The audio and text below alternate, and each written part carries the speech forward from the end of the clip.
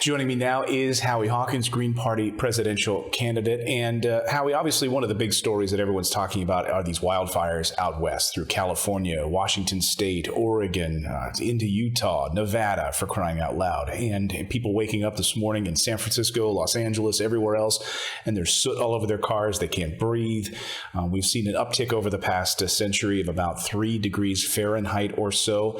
And climate scientists are saying that we are on a death spiral in the United States and around the world if we don't do something about this.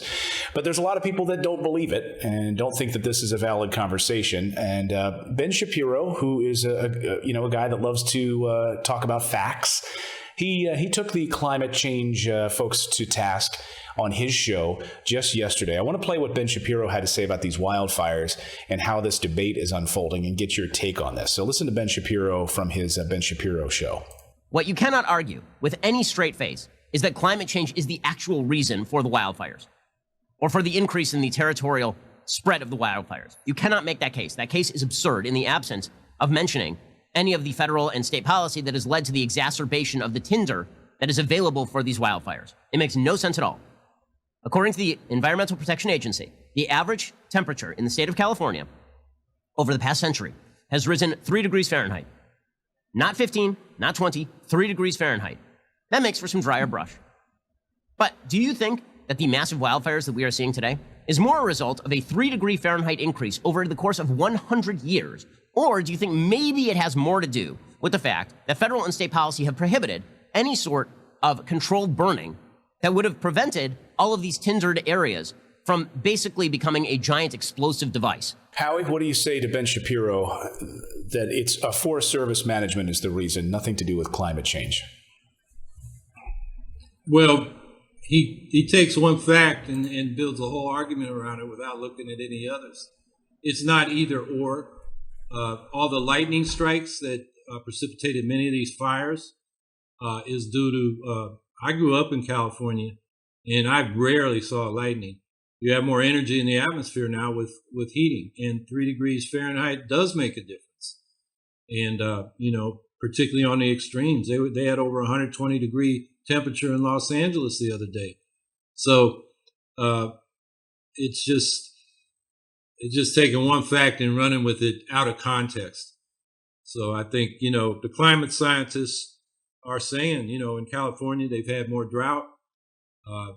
Now, yeah, the management of forests allowing more tinder has been an issue. It's been a discussion for a long time in the Forest Service because some of those species depend on periodic fires. And if you don't let them run through, you do accumulate more tinder, which makes the fires more dangerous. So that's an issue, but it doesn't say that climate change isn't a contributing factor as well. What can we do about these? What can we do about these wildfires? I mean, what can we do to stop this? And does it come down to fossil fuels?